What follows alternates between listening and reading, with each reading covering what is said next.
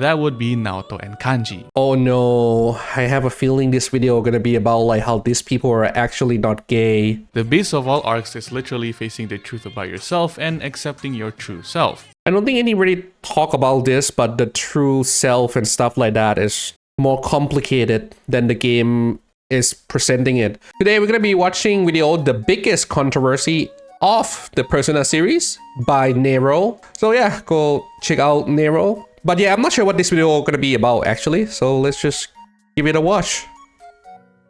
Dear God, it's about that time we get into the nitty-gritty parts of Persona, huh? Talking about Persona 4, there has been a discourse throughout the year ever since its 16-year release. It's a pretty controversial topic throughout the years, especially within the Western community.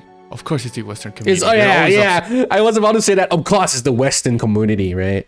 That's what happened when you have a lot of freedom. I don't entirely hate it, but it does also make people more aggressive, I feel. But you know, as long as it's a speech, it's not super bad. There's always an argument against that as well, though. But we're not doing that today. We're just watching video. With something. Look at the Japanese community, they're happy and they love Morgana a lot. Now this conversation has been debunked and proven wrong so many times, but as the years go on... Why? Because you can find a niche people that that hate Morgana? But then I can do that with everything, I think. We can do that with everything. Like, people hate Morgana in English, right? I can find a group of people that like Morgana. So I guess nothing is true then. It's really hard to find like the actual number, right, of like how many people hate something. Is actually more than 50% of people hate or like this character, but yeah. There are newer and newer fans of Persona that will get the wrong idea about certain characters in Persona 4. That would be Naoto and Kanji, especially those. Oh no, I have a feeling this video is gonna be about like how these people are actually not gay, because they actually are not, or at least they might be. That's probably where I would put it, just might be. To be honest, I probably wouldn't even go there, but I can see, might be. Those freaks on Twitter getting their dirty tainted hands on our beloved series, they seem to bring this whole thing up again. With the rise of the progressive ideology that you all know is very prevalent in today's times, which led to people miss the point of Kanji and Naoto's character arcs because they cling to representation so much that it blinds them. So why do they get the wrong idea? Something tells me... I think people get the wrong ideas because they already believe something within themselves, and then when they see something kind of similar to that, they sort of kind of lash onto it and trying to say that's represented. In most cases, I actually don't have a problem with that because I feel like more is more when it's come to exploring the story and media. Like, you know, my main channel, right? I talk about how a certain part is a reference to I talk about a certain part of the game or a certain attack or something like that is a reference to something, right? While that might not be intentional, or sometimes it is intentional by the developers, just knowing that there is something else that it look kind of like this, I just feel like it's adding more, right? And I think people have the right to kind of express that, and also people also have the right to disagree that, like, sure, it might be a stretch though, but okay, yeah. But I think the problem here, at least for me, is that like when people are really aggressively trying to make it to make it about like what is right, what is wrong, which is, I'm not really interested in that at all, to be honest. When I make my video in my main channel, it's just about like sharing information and interesting stuff. I don't really care that much if this is what the director or whatever is intended it or not, right? That as the years go by, people stop taking education seriously. Reading and understanding ability has gone downhill. We're going to be talking about Kanji and Naoto's arc, what they actually mean, and why it is not about sexuality and gender identity. Let's talk about Kanji first, because I've already finished Kanji's dungeon in my playthrough, and I think this is within the realm. Alright, I think he's playing Persona 4 right now, at least when he was making this. Standing a lot. Not to say that I'm someone stupid when it comes to Naoto, but I, understand Kanji a lot. A lot of people mistook Kanji's arc to be him embracing his sexuality and that he is gay or something like that. It depends what the word sexuality is, but I guess the boss make you kind of feel like it might be that, but like the shadow is kind of like a super strong version of the emotion, right? Like super unfiltered version. But in reality, at least from what I get from Kanji, story is more of that like he can like feminine stuff. And there's nothing wrong with that. You could be a dude and like feminine stuff. You could be a girl and like masculine stuff. There's positive and negative for both. But it's not. Kanji appears in the third dungeon in the Persona 4 playthrough. He is introduced as this delinquent, scary-looking, mean tough guy. The way he was introduced was that the news outlet in Inaba reported something about a biker gang and that it was beaten up by a single guy. That guy is Kanji. I mean, from the way he looks, he is very intimidating and looks like he's been getting dirty with his hands. Firstly, I think we need to know what Kanji's arc is about, what problems he is facing. All character arcs in Persona 4 are correlated with the game's theme of truth, which is something important to know and take notes on. The base of all arcs is literally facing the truth about yourself and accepting your true self. Kanji's arc is directly tied with the game's theme of truth because Kanji struggles a lot with masculinity and the insecurities that he is facing within himself. I don't think anybody talk about this, but the true self and stuff like that is more complicated than the game is presenting it. Like the psychology of Cao Zhuang, or Yong, maybe that's how people pronounce it. I think that's the correct way. But anyway, yeah, like the shadow is actually kind of like your super raw emotion, where it's just like super unfiltered. But that doesn't really mean that your raw emotion are your true self, right? Like your true self, at a certain degree, like your raw emotion filtered by your conscious, right? For example, like you might trying to think of some. I only can think of a dirty, dirty example right now. But like for example, if you have like a certain fetish, right? Maybe like you don't need to share that with everybody. If you don't tell me your fetish, does that mean that you're lying to me? No, it just means it's being filtered by your conscious. That's not something that probably appropriate for you to share with this group of people, right? So you like just want to be clear. Like true self doesn't really mean your raw self. It's not exactly the same thing. Similar though. Struggles to face and be his true self. I say like it's something unique, but every character arc in this game is basically facing and accepting their true selves. But nonetheless, Kanji is facing insecurities and it's correlated with masculinity basically. Kanji's hobbies are things like sewing, knitting, arts and crafts. He's actually really adept and passionate with those hobbies. In the game, and I'm really good at it too, I think. Those kinds of hobbies or activities are considered as things that are feminine. A lot of boys his age generally don't have interest in those things, especially in Japan during the 2000s. It's obviously going to have some negative connotations when you're into those things that are considered feminine. Oh, is somebody making that exact thing that he was making? That's awesome. You're a boy. I feel like that's just really how things when you were younger, especially back in those days. I mean, in a way, it's still common now, but things like anime and liking certain things. Even though anime is becoming mainstream and more people are getting into it now, there are still negative connotations. Anime being mainstream is actually pretty negative depending on a person. To me, not really, but I think my younger brother is having like a really hard time maybe I should stop saying my younger brother. I feel like maybe eventually you guys gonna know who I'm talking about because he saw that online too. But someone I know, yeah, like they were saying that like, oh, now he like a certain thing, right? Like about anime trope, but now the stuff that he like, right, is being judged a lot online. That's what happened when anime is kind of more, what's the word? The opposite of including everyone's is just like secluded, but it's more contained in a specific group of people that watch it, and those people are usually more preserved, at least in terms of like people who watch anime. If you're, I don't know how old are you guys, but like for me, I'm somewhere in my 30s. Okay, so when I was young, people who watch anime are usually like really quiet. There are more, don't really share their emotion or something like that. They have like some trope that they like, right? But now that's more normal people, like outspoken people, especially in the English-speaking country.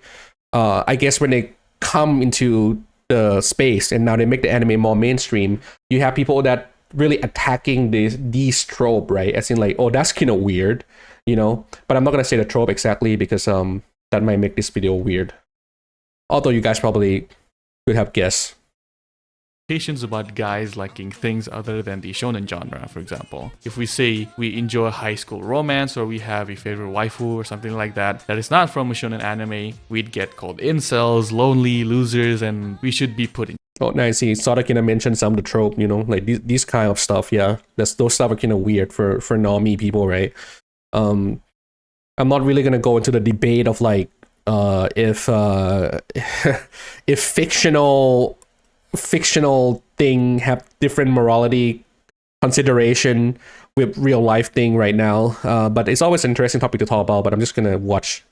Jail. Some people deserve to be called those things, but since it's a common occurrence that guys who watch high school romance anime get called those things, people who are normal and consume it normally sometimes still get labeled by that. So it's a common thing that people are facing. Another problem that he is facing is the masculinity he himself portrays towards other people, which leaves him isolated. The way he looks and the way he acts makes a lot of misunderstood conceptions of him as a person. Because of the masculinity he portrays, people see him as a delinquent, dangerous, or a bully, which I think that's really, really cool though. It's just really show how complex a person can be. Like nowadays we're trying to put everybody into a slot of like a blanket or like a folders of caricature, right? Like, oh, this guy is like what? Like this guy is gay, this guy is sissy, or like shit, I don't want to go. I'm trying to think of the word that's not like super political. But yeah, you get what I mean. Like you put people into like the slot. Like this guy's a gamer. This guy's like a e-girl. Like those stuff. Okay, like you put people into the folder, right? But in reality, people are extremely complex. I don't think he ever say that he doesn't like to dress like tough or look tough. I think that's part of him too. I think he enjoyed that. And despite the way he dressed, right? Like, which he's probably okay with, he liked doing feminine activity, right? Led to him feeling isolated. With the insecurities that he has about his hobbies, he developed a fear of rejection. He's scared about the feminine hobbies that he has, that his female peers will ridicule him and mock him. He explained it himself that back then, the girls in his neighborhood treated him like some kind of zoo animal and he was sick of it. Due to that, he turns his masculine side into a facade by acting tough and making other people hate him, so he can avoid ridicule and rejection. Rather than people ridiculing and rejecting Kanji for his genuine interest and passion, he'd rather people dislike him for acting tough, so he protects himself from getting. Yeah, so he's kind of acting tough as a facade or whatever, but I don't know if he actually have the problem with the way he dressed. If that's the case, it would be more interesting if the developer make him dress differently. But I think he liked the way he dressed. At least that's how I feel.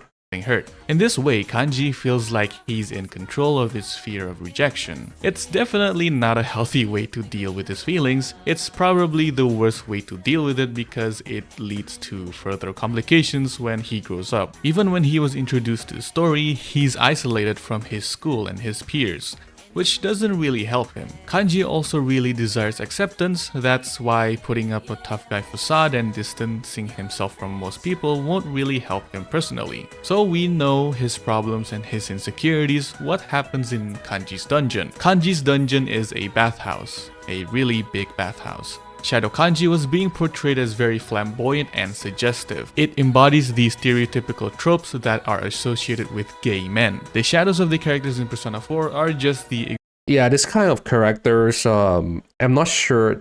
This might be kind of offensive for Westerner, but this type of like flamboyance, gay caricature, I actually not looked down upon in Japan, and I'm not here to debate if they should be looked down upon or not, but there's like comedian and stuff like that can act like this way. In my country, I'm not in Japan, but we're also okay with like flamboyance, like personality on TV as well. We don't really condemn them or have a problem with them. We actually think they're funny. exaggerated versions of the character's insecurities and their true feelings. So Kanji's shadow did speak from the truth about his insecurities, his fear of rejection, and his desire for acceptance. Shadow Kanji said a lot about Kanji being scared of being laughed at for his hobbies, for anyone to accept him, and the tough guy persona that Kanji puts up. These are all the truths about Kanji, and he keeps rejecting them just like all the other characters before him that had faced their shadows. After defeating Shadow Kanji, Kanji eventually accepts his shadow and accepts the part of him as the true self. Yeah, I actually love the encounter. It's actually like punch him or something, right? It's like very tough. That's why I feel like even like after he accepts himself, right? It isn't like he acts super feminine or anything. So I feel like the martial part of him, he's probably not like rejected entirely, right? Like he's just like a tough guy that likes to do feminine things. So a lot of people mistook his arc about embracing his sexuality. Kanji's arc isn't about sexual orientation or anything with his repressed sexual desires. Yes, his dungeon is a steamy bathhouse and it was a game show about men only Kanji Tatsumi in a rosy steam paradise and that he was flustered around Naoto. But that's not the point. While the dungeon itself and the game show thingy can mean that it's about sexual orientation, when Kanji's shadow was confronting him, it revealed something much deeper. Shadow Kanji was talking a lot about Kanji's fear, tough guy persona, and his desire for acceptance. These fears and desires for acceptance don't stem from just that he likes boys. It came from his peers, mainly girls, that mocked and judged him for his hobbies, and his family of having unconventional beliefs and traditional views also probably influenced his insecurities further. Kanji's arc is about accepting his true self. He doesn't need to be scared of being ridiculed for his hobbies. He even said it himself that it wasn't about men or women, and that he was just scared shitless of being made fun of. More accurately, it ain't a matter of guys and chicks. I think that's the sad part, but I do also feel like it's very real too. I don't really have, I mean, I don't want to say that I have similar experience, but I totally understand the people who like, rather, you have so much fear of rejected rather than making a new connection, because you have a chance of being rejected, right? You're trying to make a new connection. You just rather be alone. It's a matter of being rejected and ridiculed. So no, his arc isn't about his sexuality, and it doesn't really matter in the game anyways, because that's not what it's about. Now we move on to Naoto. Naoto Shirogane. I haven't gone to her dungeon yet, but I did watch the Persona 4 anime, and I'm sure that the anime did a pretty good job in showing the arcs and the story properly. A lot of people mistook her for being trans or gender non-conforming, and her arc is about that. But again, yeah, this is totally have nothing to do with this at all. Her arc, from what I understand, it's just about like she only wanted to be man because she wanted to be taken seriously, or at least equal to those in her field, right? Because being first of all, being, it's not just being a woman, but being young as well, right? It's hard to being taken serious by an adult. I'm pretty sure to a big degree in Japan, and then being a woman as well make it even harder. And that's why she can address like a man to kind of at least elevated that a little bit, I guess, you know, just kind of solve it a little bit. It's not because like she wanted to be a man for sexual reason or gender dysphoria reason or whatever. It's not. Naoto was actually introduced around the time when Kanji first appeared in the game, probably a little earlier than that. She was introduced as the detective prince, and she had the appearance of a boy. First time seeing her in the anime, I just knew she was a girl from the start, because the voice clearly gave it away, but most people in the game mistook her for a boy as well. Naoto's arc is also well within the theme of truth. In terms of character, Naoto is reserved and serious. She's not one of those shy and reserved types. She's the more serious characters in. I think that's probably even shown in the shadow design, where he's kind of like a small child dressing in like a big coat lap or something. I'm just referring to what I just said earlier, yeah, where like people take her as a child, right? Persona 4. Her role in the story before her own arc is mostly that she was trying to find out the killer of the serial killing case in Inaba. She asked Kanji about it. Later on, she went for the investigation team to investigate the killings. All the characters that had interacted with her thought that the Detective Prince title was literal. They thought that Naoto was a boy. From her looks, she wears that detective cap, wears male clothing, and has no visible signs that she was a girl. I think she also tried to work with the police department in Inaba. Yeah, this is the funny part thing where like they always go for like the breast thing. Well, I'm gonna exaggerate. It not always goes for that, but generally it's just like, oh, this flat sir is like that's not feminine. But then technically, like when you see like a fat guy with a boob, do you ever be like, that's so feminine? It seems only if a girl is flat, but you know, like, oh, that guy has such a big boob, he's so feminine. And with Dojima as well, because his superiors employed Naoto to assist him in investigating the case. Though this action greatly disturbs Dojima, and he was sort of annoyed at Naoto when trying to help in investigating the case. Naoto is actually a great asset in investigating the case because, well, she's got the smarts for a detective and she made great calls to help the investigation team in solving the case. Now, let's get into her insecurities and the... I'm not sure if they're gonna show like the bath scene. I think they already did show it, but like the cool trope about like the female pretending to be male thing to me is always when they like this game did, where they kind of wrap their breasts up to make it flat, right? And when they actually unwrap it and then they just like have like a big exhale, that's always like a nice metaphor of like, oh, it's so tiring pretending to be this thing that I'm not, kind of thing, you know? Problems that she is facing. There is a reason why Naoto is dressing up and acting like a boy in this story. If you actually read, pay attention, and really understand it well. Naoto's struggles and insecurities are correlated to the sexism in male-dominated fields. Naoto, when she was little, she admired her grandfather and her parents. Their family was a line of detectives. Her grandfather was a really great detective, so she admired and wanted to be a detective because of her grandfather, basically. She said it herself that she wasn't really great at making friends, so she would spend time just reading detective novels in her grandfather's study. Well, given her personality to be serious and rigid, it's very likely that a lot of people would not like her as a friend. Although she does desire for friendship and a sense of belonging, she was a pretty lonely character before the investigation team took her in. Naoto struggled a lot internally because she was bound by labels and stereotypes that compromised her identity and sense of relations. She ended up losing herself within her age group and gender,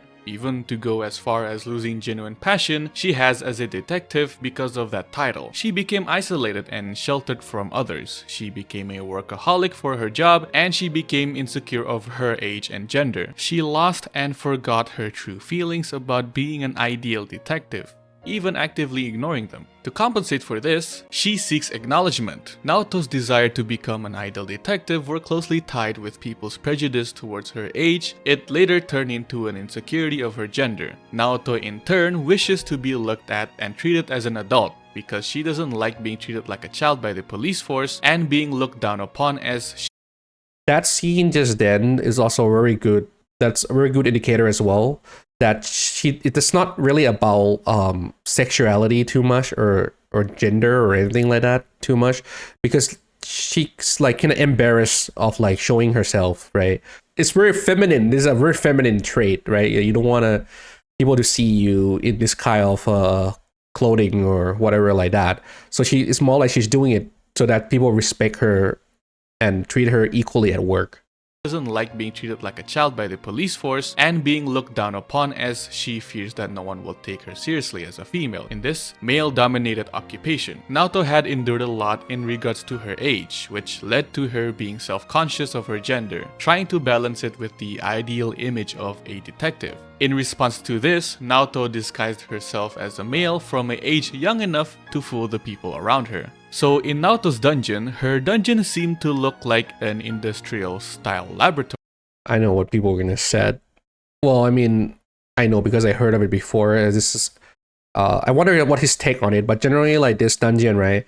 It's like some people think that like it has something to do with like sexual transformation. Oh, sorry, that's not the word. What's the word?